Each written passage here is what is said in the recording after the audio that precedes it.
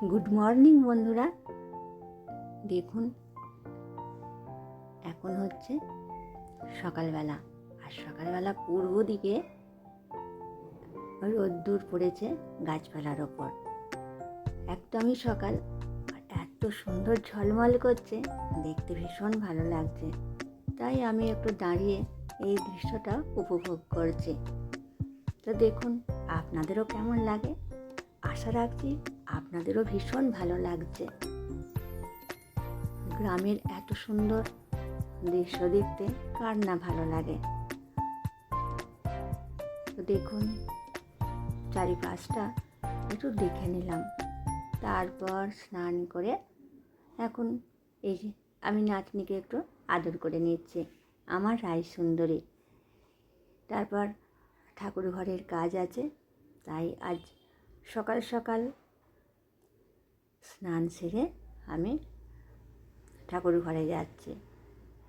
আর তার আগে সকালের সুন্দর দৃশ্যটা দেখে নিলাম, নিয়ে তারপর স্নান সেরে ঠাকুরের কাজ করতে শুরু করে দিলাম।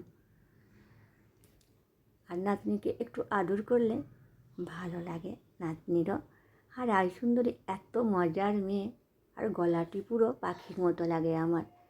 এত সুন্দর কথা বলে, আর ও আমাকে বলে তুমি আমাকে পুচু দিম্মা বলবে, সেই ছোটোবেলায়। আর সেটাই আমার অভ্যাস হয়ে গেছে, তাই ওকে আমি পুচু দিম্মা বলেই ডাকি। আবার কখনো কখনো বলি রাই সুন্দরী। আরও একটা ওর ভালো নাম আছে, তবে আমি সেটা বলে ওকে ডাকি না, আমার আদরের এই দুটিই নাম। তারপর ঠাকুরের ফুল তুলে নিচ্ছি। আর এই যে গাঁদা গাছটা আছে না, অসময়ের গাঁদা, তাই সেখানেও কিছু ফুল আছে, সেগুলোও তুলব। আর জবা গাছের লাল টুকটুকে ফুল, আমাদের ঠাকুর ঘরে জবা ফুল লাগে, তাই বাড়িতে তো বসানোই আছে। যা ফুল আছে বাড়িতে তার মধ্যেই হয়ে যাবে। আবার বাইরেও কিছু ফুল গাছ আছে আমাদের রোডের পাশে, এদিকে ওদিকে আমরাও কিছু গাছ বসিয়েছি, টগর ফুলের গাছ।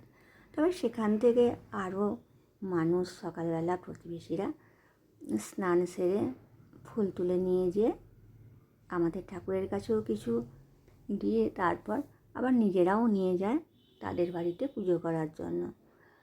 আর আমাদের বাড়িতে যা ফুল আছে সেগুলো আমি তুলে নিই, আর যদি বাইরে কিছু ফুল পাই তখন সেইগুলোও নিয়ে নিই, নিয়ে তারপর ঠাকুর ঘরে দিয়ে আসি। আজকে প্রথমেই ঠাকুর ঘরটা মুছে আগে ফুল তুলে নিচ্ছি।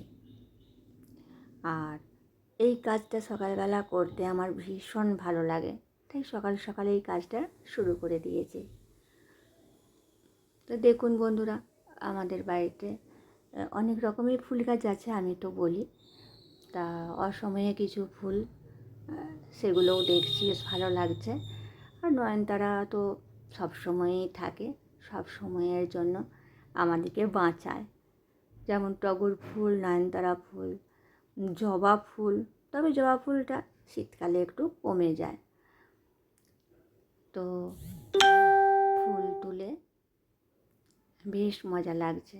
আর একটা একটা করে ফুল তুলতে বেশ অনেকটা সময়ও লাগে, তুলতে তুলতে এক পেটে ফুল হয়ে যায়। তারপর ঠাকুর ঘর থেকে এসে তুলসী গাছে জল দেওয়া, বাড়িতে একটু ঠাকুর আছে সেগুলোকেও পুজো করা, এই কারণে অনেকটা দেরি হয়ে যায়। তো বন্ধুরা, আমার ভিডিও দেখে আমার অনেক বন্ধুরা দেখতে পছন্দ করো, তাদেরকে আমার প্রাণ ভরা ভালোবাসা জানাচ্ছি, এবং আমার সকল বন্ধুদেরকেই জানাচ্ছি আমার প্রাণ ভরা ভালোবাসা। তো দেখো জবা ফুলগুলো সবগুলো তুললাম না, কিছুটা ফুল রেখে দিলাম। গাছের মধ্যে কিছুটা ফুল থাকলে বেশ গাছটা দেখতে সুন্দর লাগে, সেই জন্য।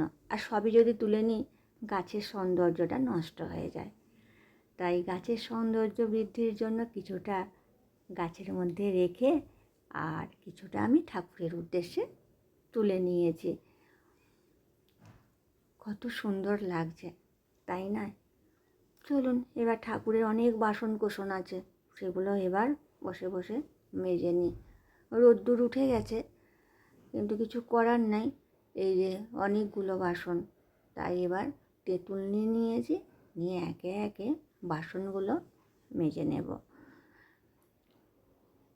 ফুল তোলার কাজটা তো কমপ্লিট হলো, আর ঠাকুরঘর ধোয়া মোছাও হয়ে গেছে। এখন বাসনটা ধুয়ে নেব, আর মাজতে সময়ও লাগবে।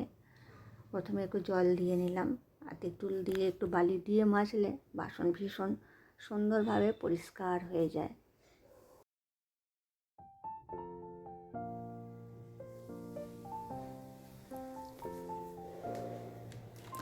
আর এতগুলো বাসন না, ওই যে বড় থালাটা আছে ওটাও ঠাকুরের কাজে লাগে।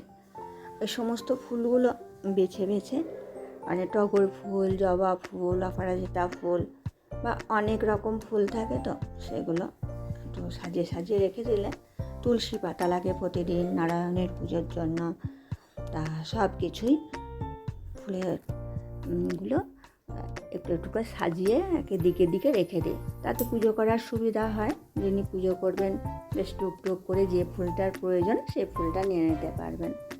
আর সাদা ফুল তো লাগেই, সাদা ফুল যেমন টগর ফুল তো প্রতিদিনই থাকে। তারপরে একটা সাদা জবা হয়েছে, তারপরে গাছটা এখন ছোট আছে। আর আমাদের বাড়িতে অনেক রকমই ফুল গাছ তো আছে, আমি বলেছি। বাসনগুলো এখন মেজে নিই এক এক করে।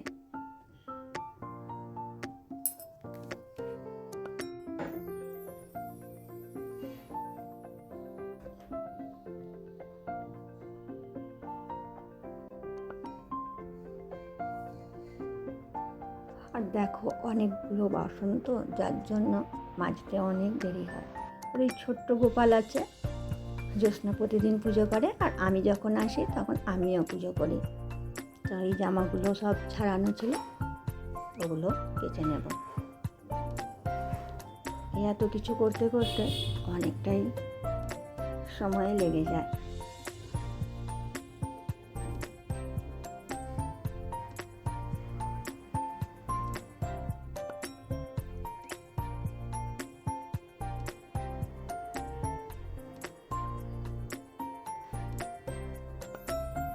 ব্যাস এক এক করে আমার সব বাসনগুলি মাজা হয়ে গেছে।